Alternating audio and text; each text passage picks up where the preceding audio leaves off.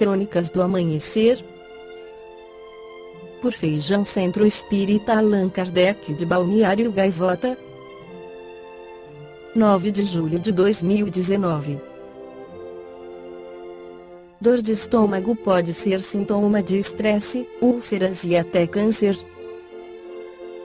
A sensação dolorosa na parte superior do abdômen é conhecida há milênios. Nas cartas trocadas entre o filósofo Cícero e seu amigo Tito Ático, a referência a ela era constante.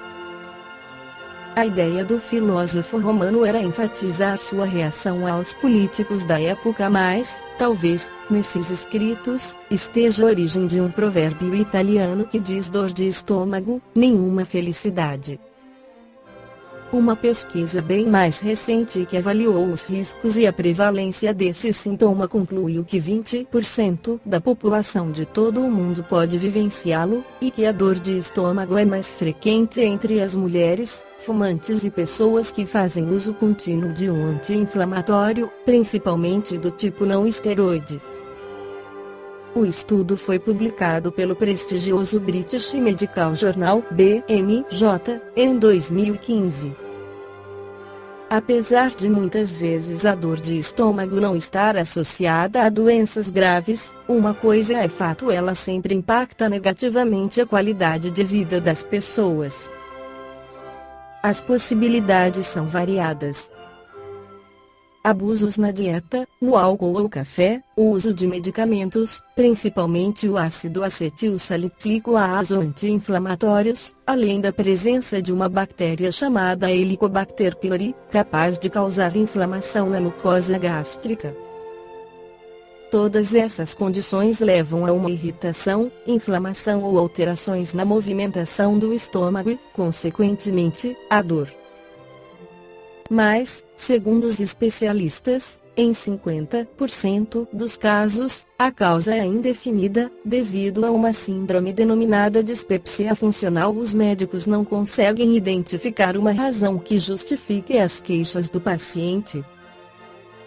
Apesar disso, sabe-se que os fatores abaixo listados podem estar relacionados ou desencadear o incômodo uso de medicamentos à base de nitrato, anti-inflamatórios não esteroides, obesidade, estresse e ansiedade, hérnia de hiato, infecção por Helicobacter pylori, refluxo gastroesofágico, úlcera gástrica ou duodenal, câncer de estômago, aneurisma da aorta abdominal.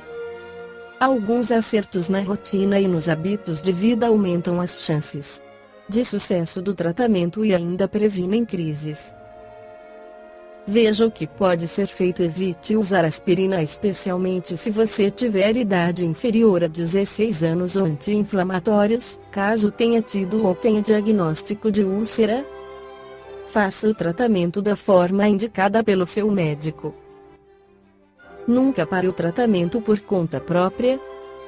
Mantenha o peso ideal para a sua idade e altura. Pare de fumar. Comece um diário alimentar para descobrir quais são os itens que melhoram ou pioram a queimação. Evite ou reduza o consumo de álcool. Organize a rotina para comer mais cedo e menos na hora do jantar. Experimente técnicas de relaxamento como meditação, yoga e mindfulness. Converse com seu médico sobre a possibilidade de trocar algum medicamento de uso contínuo que possa estar causando seu desconforto. Considere submeter-se à terapia cognitivo-comportamental ou à hipnoterapia, caso o sintoma persista sem que exista uma causa aparente. Gesiel de Andrade, em seu livro Doenças, Cura e Saúde, esclarece que o mau uso do livre-arbítrio nos leva a doenças e sofrimentos. A obtenção da cura e do alívio dos sofrimentos das doenças exigem o arrependimento, a reparação e a reeducação, que nos trazem de retorno ao caminho do amor, do bem, das virtudes e da responsabilidade. Podemos incorrer na perda temporária da liberdade de ação. Isso decorre dos defeitos e das doenças que podem surgir nos corpos espiritual e físico, como consequências naturais do mau uso das faculdades. dependendo das faltas cometidas, podemos renascer em um corpo defeituoso ou doente, implicando em perda do direito à liberdade de ação. Estes são modos justos e sábios de frearmos, repararmos e despojarmos-nos de maus impulsos, hábitos e tendências perniciosas. Uma vez suspenso o livre-arbítrio, a sua reconquista depende da expiação, da reparação e da própria reabilitação das faltas, crimes e abusos das faculdades. Só assim, libertamo-nos de corpos incompletos, defeituosos, impotentes e disformes, de enfermidades cruéis, longas e dolorosas, ou do idiotismo, da loucura, e da perda temporária da razão. Conhecidos os aspectos gerais, cabe-nos atentar, sempre, para 5 pontos importantes que garantem o uso correto do livre-arbítrio, com resultados venturosos na conquista de uma vida isenta de doenças e sofrimentos e cheia de saúde e felicidade a cuidarmos do corpo físico, que nos foi confiado por Deus, com todo o respeito, sem castigá-lo com enfermidades e danos decorrentes do mau uso que podemos fazer do livre-arbítrio excessos, abusos, desvios do amor e do bem, imprevidência, ambição, vícios, orgulho, egoísmo e criminalidade. B. Colocarmos o livre-arbítrio sob a vigilância da consciência reta e da responsabilidade. Dessa forma podemos viver o cotidiano buscando, com a vontade firme, a conquista de maior sabedoria, entendimento, amor, bondade, ciência, moral, liberdade, artes, cultura e educação. C. Usarmos, espontaneamente, as qualidades pessoais para beneficiar os semelhantes e edificar a felicidade alheia, cientes de que determinamos, para nós próprios, através da lei de causa e efeito, que representa a justiça divina, recompensas e venturas, saúde e felicidade. B. Conscientizarmos-nos de que o mau uso do livre-arbítrio tem consequências desastrosas, imediatas ou não. Ele compromete a nossa saúde, exigindo provações e reparações no presente e nas reencarnações futuras. Por outro lado, ele pode levar a uma possível suspensão, temporária, da nossa liberdade de ação, e adquirirmos uma visão da vida eterna do Espírito, que abrange inclusive as encarnações passadas e futuras.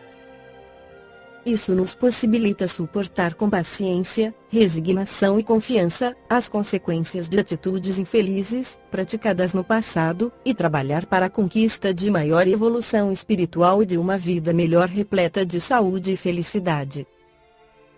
O Espiritismo leva-nos ao entendimento amplo dos diferentes graus de evolução dos espíritos, que determinam seus modos próprios de pensar, sentir e agir, do corpo espiritual, que dentre suas funções, registra, permanentemente, todos os atos da alma e influi na formação do corpo material, do livre-arbítrio, que dá ao ser consciente liberdade total, da lei de causa e efeito, que recompensa as boas ações, mas que pune as más obras, e da reencarnação, que favorece o progresso espiritual, mas cobra débitos passados, sob as formas de reparação, expiação e provas. Baseado nesses pontos doutrinários, o Espiritismo explica-nos a vida no universo, a justiça divina e as razões das venturas de muitos espíritos e também as causas para diversas desigualdades, doenças e sofrimentos. Com base nesses princípios, sabemos que as desvirtudes, os crimes, o aborto, os vícios, o uso de tóxicos, o tabagismo, o alcoolismo, o sexo desvirtuado, a desnutrição, o excesso alimentar, os ambientes impróprios ao corpo material, a falta de higiene, e a inatividade física, além da persistência de pensamentos, sentimentos, emoções, padrões e imagens mentais inferiores e negativos, constituem-se em causas de muitas doenças e de sofrimentos na vida presente. Portanto, a libertação de muitos males e situações doentias difíceis e penosas, na vida material, depende de nós mesmos, depende de superarmos a inferioridade, os vícios, as desvirtudes, a criminalidade, a imoralidade, e as tendências à transgressão às leis. Depende do tempo que gastarmos no arrependimento, na reparação do passado e na melhoria interior. Estes são fatores que mudam para melhor os pensamentos, os sentimentos e as atitudes, gerando novas e boas causas. Depende da análise constante de nós mesmos e do esforço pessoal e do trabalho permanente para o engrandecimento interior, a transformação íntima para o amor e para o aperfeiçoamento do espírito em todos os campos da existência. Depende de não praticarmos mais o mal e de não nos afastarmos das sendas divinas. Do amor, da bondade e da justiça. Depende de aprendermos com as faltas cometidas. Depende de prepararmos o nosso futuro perfeito, sadio e feliz. Depende de vencermos as desvirtudes, tais como o orgulho, o egoísmo, a ambição, a avareza e o ódio. Depende da força de vontade, da paciência, da resignação, da confiança em Deus e no futuro e dos modos de enfrentarmos as dificuldades, as provas, as expiações, as doenças e os sofrimentos, que criamos para nós mesmos. Depende de praticarmos a caridade, espalhando consolações e amparo, moral e material, aos sofredores e aflitos. Depende de termos o coração em paz, de cumprirmos rigorosamente os deveres, de cultivarmos a oração, de trabalharmos proveitosamente, sem esquecer o necessário descanso, de estudarmos sempre, de evitarmos a cólera, de fugirmos da maledicência, de cuidarmos bem do corpo físico e de usarmos sempre a paciência e o perdão. Esta foi a crônica do amanhecer de 9 de julho de 2019. Por Feijão Centro Espírita Allan Kardec de Balneário Gaivota. Que a paz esteja com todos.